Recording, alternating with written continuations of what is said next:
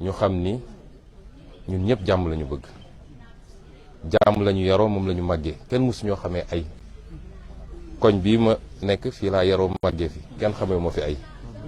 sama kër a ngi fii kenn xamul suñu kër ay jàkka jii ma jullee bi ma amee 8 ans ba léegi fii laay jullee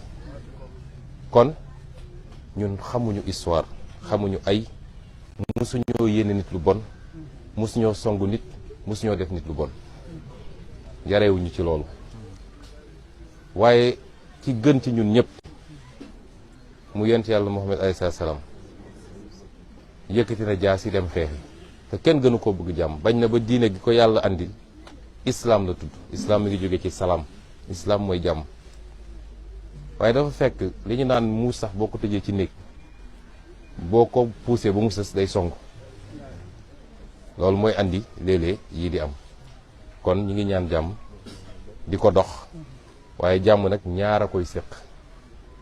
benn nit mënul def jàmm tubaab nee na il faut être deux pour faire la paix mais un seul pour faire la guerre